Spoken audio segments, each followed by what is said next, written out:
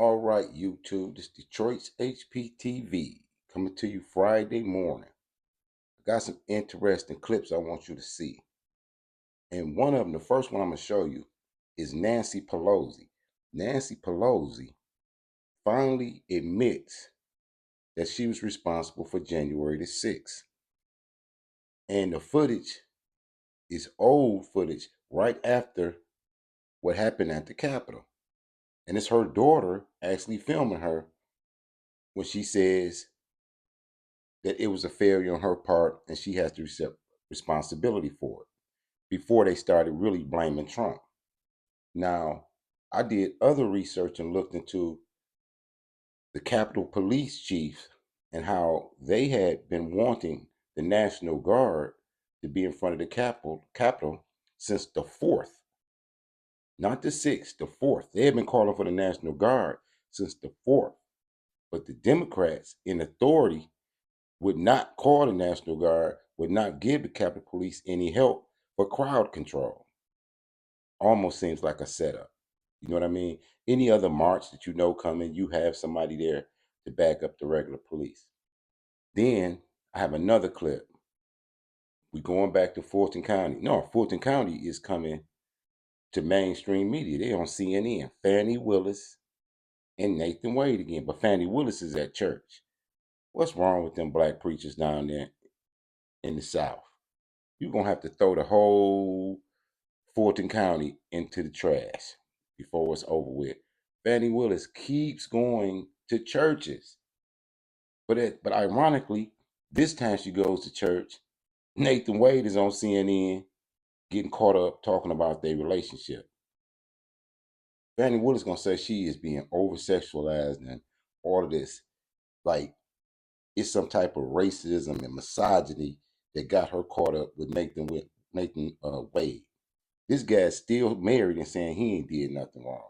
So these people on the left, while they try to take the moral high road, we starting to see that everything they say somebody else is, they are. So watch these clips and I'm going to get my commentary. We're going to start with Nancy Pelosi first. This for fair use under the 1976 Copyright Act for education and commentary. Check this out. Chairman of the House Administration Subcommittee on Oversight. Chairman, thank you so much for joining us tonight. So your committee made the big news. Your committee released that video footage showing former Speaker Nancy Pelosi on tape admitting responsibility for not having the National Guard protect the Capitol building against the January 6 riots. What's the fallout of this? How will this impact the election? Well, I'm not, I think it's probably will have some impact on the election. None of us know that, but our objective is to get to the truth of what really happened. And this was really groundbreaking information because we know that the select committee, her partisan select committee, spent about $20 million just trying to put the blame on Trump. But in the heat of the moment, she admitted that it was really her responsibility because we know that the chief of police, Chief Son, had made numerous requests for the National Guard to come to the Capitol, but somewhere in leadership that was denied multiple times. And as we heard on this tape, which we just received on Friday from HBO, that she took full responsibility for being the one that the National Guard was not there to assist the Capitol Police. Let's watch what Nancy Pelosi said. We have responsibility, Terry. We did not have any accountability for what was going on there, and we should have. This is ridiculous. You're going to ask me in the middle of the thing when they've already breached the inaugural stuff that should we call the Capitol Police? I mean, the National Guard? Why weren't the National Guard there to begin with? They thought that they had sufficient resources. There's not a question of how they don't know. They clearly didn't know, and I take responsibility for not having them just prepare for more. So here's the question. Should voters accept the January 6th committee report? The question is, you point out, HBO, why did HBO wait until now to turn over this never-aired footage? Why didn't Pelosi or Pelosi's daughter, who took the footage, turn it over to the January 6th committee? Because prosecutors have cited that committee's proceedings in cases against Trump and his supporters.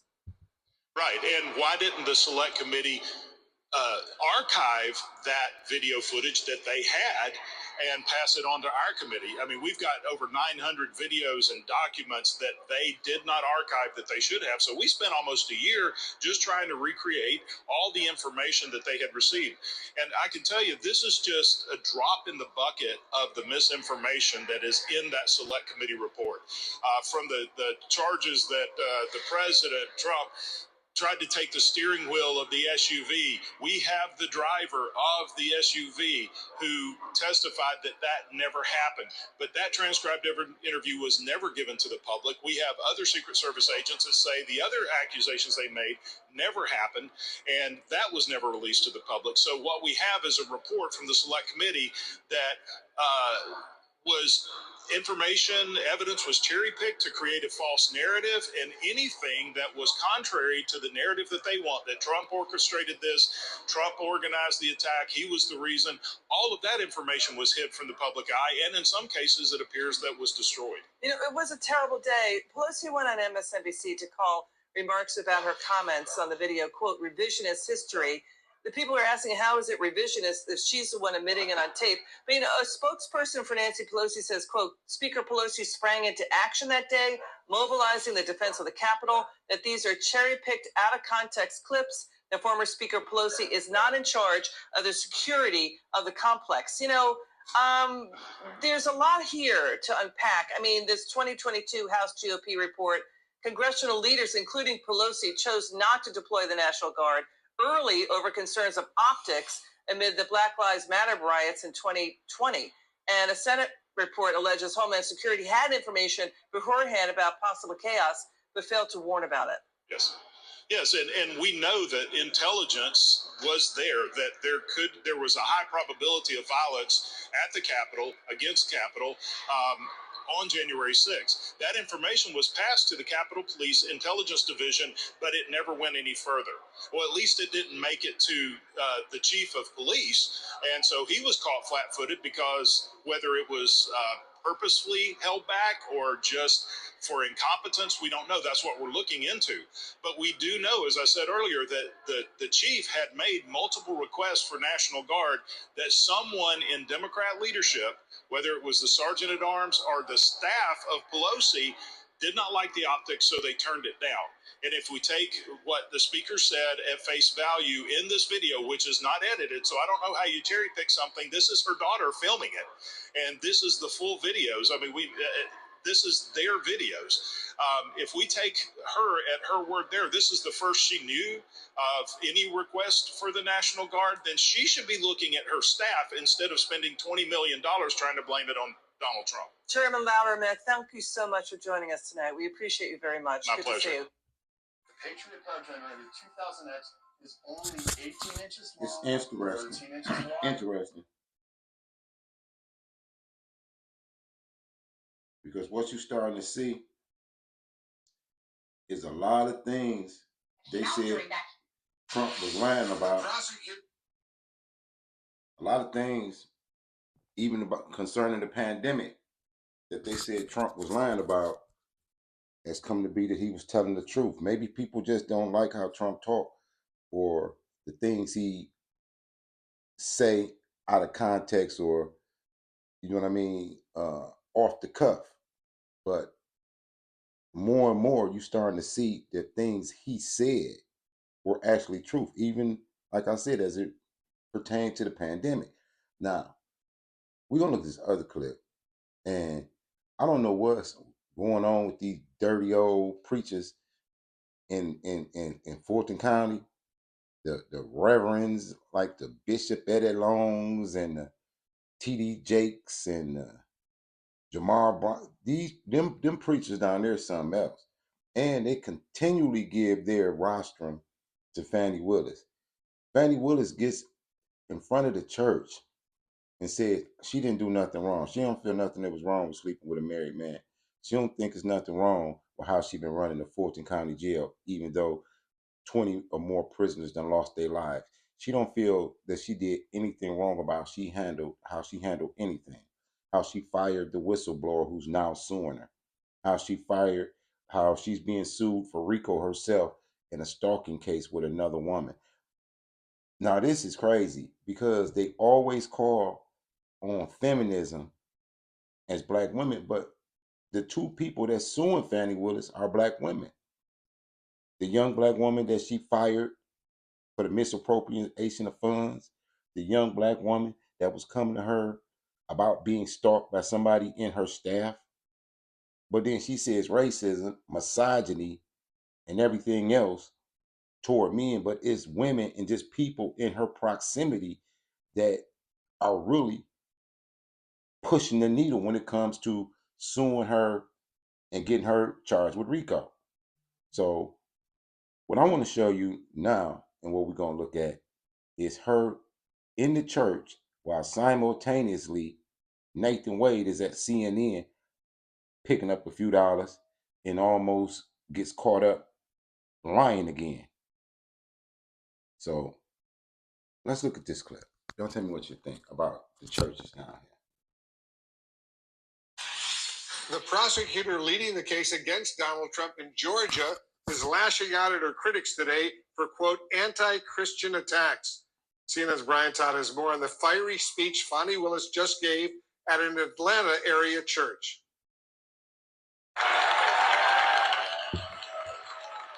A defiant Fulton County District Attorney delivers a message to her detractors. Black women are sick and tired of being sick and tired. During an appearance today at an African Methodist Episcopal church outside Atlanta, Fani Willis talked about what she... Now, as I said, they like to play, I mean, it's like in the media, all of a sudden, there's this new black feminism that's trumping the law and everything else because, as I stated before, the lady that's suing her for whistleblowing is a black woman. The lady that's suing her over the stalking case in the RICO case is a black woman. Nathan Wade's wife is a black woman. So she comes straight out the gate with this race baiting, misogynistic overtones at a church, still justifying all the wrongdoing. It's crazy. Gone through since former President Donald Trump tried to get her removed from prosecuting his election subversion case in Georgia, and since Nathan Wade resigned as a prosecutor in the case because of their previous relationship. What can I say? I lived the experience of a black woman who is attacked and over-sexualized. See, I'm so tired of hearing these idiots call my name as Fani in a way to attempt to humiliate me. Because, like, silly... Her mama named her Fani. Fani is her name. She didn't want to get into politics and change the name and start trying to say Fani until, she started being a DA. Everybody, my family's from the South. Her name is spelled F-A-N-I. That is Fani. Fani is a Southern name. Fani is a old name in the black community. She know her name is Fani. She is using every psychological manipulation that she can to not take accountability or responsibility for her own behavior as that DA down there. Schoolboys, the name reminds them of a woman's rear, of her behind. Willis did not mention anyone by name in her speech, but alluded to the moment Trump's former attorney, Rudy Giuliani, made an offensive remark about her at a Michigan church event last week. I've got two prosecutors, Fani the hoe. Willis responded to that this morning. Now, Rudy Giuliani was wrong for that. You know what I mean? He ain't had to, he should have been a little bit more respectable than just calling her a 304, especially in Michigan. Don't come, tell Giuliani don't come here with that debauchery. Very anti-Christian behavior celebrated. In fact, they cheered, celebrated, and laughed loudly. This came just hours after CNN's Caitlin Collins interviewed Nathan Wade. A tense moment came with this question. When did the romantic relationship between the two of you start? There's been this effort to say that, okay, these exact dates are at issue, and these exact dates are I'm getting signaled here. A consultant to Wade interrupted the interview. They moved aside and spoke for a few moments. Then Collins resumed. Everything okay? Yeah. Just to revisit the question, it was to clarify when the romantic relationship started and when it ended. Sure. So, I believe that the public has, through... Look, his handlers had to call him and say, idiot, don't answer that question. It's a trick question. You done already lied about that question several different times. That very question is what got y'all in trouble. But I'm telling you, I can't believe that these are actual lawyers. He's doing an interview and he was finna ask the question, and I guess it's easy to romance women in Fulton County or something because his game is weak and he tries it every time he in an interview. He's all calm and the lady's still looking at him like, what's up with that question? And he's like, and and all that. Man, why are you even doing an interview about what's going on in Fulton County, y'all? And I guess Fani is in the church and she ain't caring about what she's saying in the church, so he ain't caring about what he say on CNN. He need money because he don't got fired, so he got to take the interviews. But I don't know how they lawyers for real. Through the testimony and other interviews, the public has a clear snapshot that this is clearly just a distraction. It is not a relevant issue in this case. As Willis continues to fight Trump's appeal to get her kicked off the case, analyst Norm Eisen believes she's got a good shot at staying on. Her relationship with her former deputy, Nathan Wade, did not prejudice Donald Trump in any way. He was not a witness. Wow. When y'all heard that voice, y'all didn't expect to see a guy, did y'all? I'm telling you, the left is getting weirder and weirder. When y'all was listening to that voice, y'all thought y'all was gonna see some old lady, didn't you? I know you did. In the case, there's no allegation that they shifted the evidence in any way. 3 times, Caitlin Collins asked Nathan Wade if he thought his personal involvement with Fani Willis played any role in the delay of the Georgia trial, likely until after the 2024 election. 3 times, Wade said he did not think the relationship played any role in that. Like Willis, Wade said there have been threats against his life, which he described as being constant. Wolf? Brian Todd reporting. Brian, thank you very much. Let's discuss this and more with CNN legal analyst Elliot Williams and former federal prosecutor Elise Adamson. Elise, what are your thoughts on what we just heard from the district attorney, Fani Willis? Now, watch her. Watch this lady. Watch this black lady. And, I told you guys, I don't do gender politics, but watch how she comes out with the narrative that we keep seeing over and over again in media. You know what I mean? Check it out. Yeah, Wolf, I think Fani Willis is not wrong in what she said about this ugly trope of the over-sexualization of Black women. This over-focus on a Black woman's body in an effort to degrade Black women is very, very real. And I can tell you from my own experience as being a woman of color, that it happens, and we can validate DA Willis in that experience. And we have seen examples of these attacks against her. I believe the president even mispronounced her name as Fanny and made it very clear that he was referring to a rear end. And there have been many examples of attacks on DA Willis since she indicted this RICO case. And it is absolutely despicable, and she has every right to be upset. Now, that being said, I think it is also important to note that we should not be conflating all of those horrendous attacks with the inquiry into her appointment of Nathan Wade.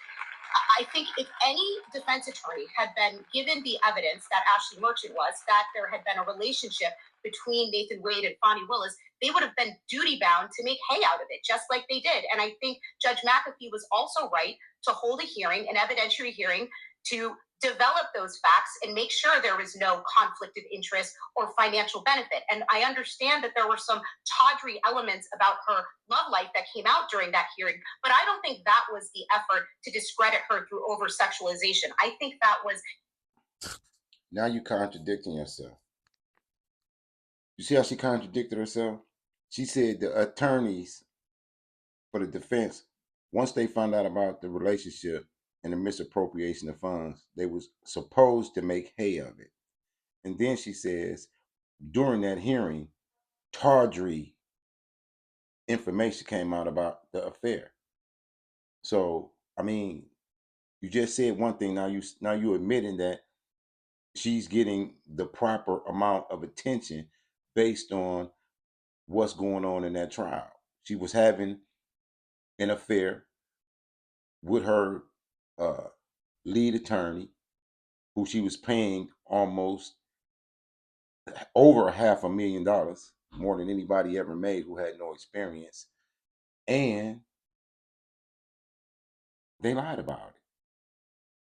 So at what point is she really being a victim? An inquiry that, quite frankly, she opened the door to, she invited to, by having a relationship with Nathan Wade. So I think both can be true. I think Fani Willis can be upset, and I also think that the inquiry was valid. Elliot, you heard Nathan Wade sidestep that question from Caitlin Collins about the timeline of that romantic relationship.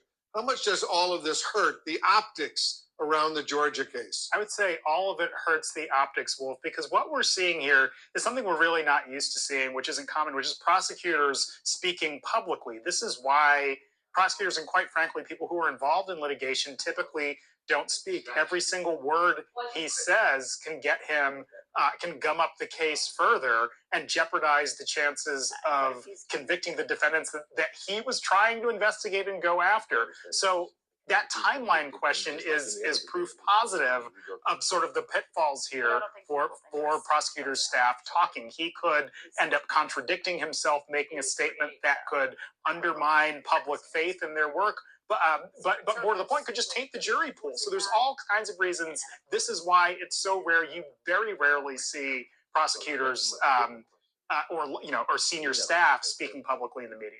Elise, do you see this having any bearing on Trump's continuing appeal to get Fani Willis kicked off the case?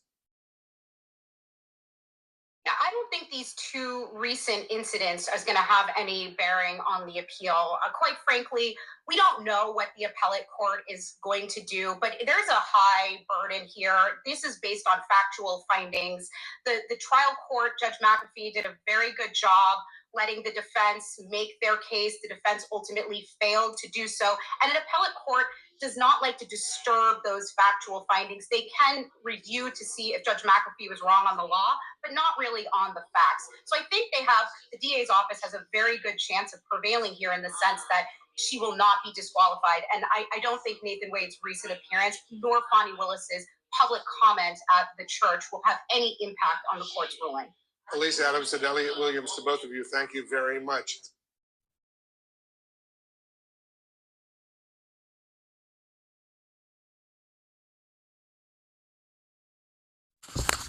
These are interesting times in America, to say the least. Never have you seen so much involvement between church and state, so much lawfare, so much salaciousness. You know what I mean? It's like it all has merged and it's coming to a head. But something is really wrong with them preachers down in the South. And you notice it's always them old geezers. If she's so much supported by women, why is she never around women? It's always these old chicken-eating preachers. The bootlicks off the Democratic plantation. That's the only people she be around. But I'm going to end on that note. If I see something else on this Friday, I will report on it. As always, support Detroit's Black Thought and Action Collective. It's a nonprofit out of Detroit. The Cash App is in the description. Salute to all patriots. As always, keep your head on a swivel. Like, share, and subscribe. Peace.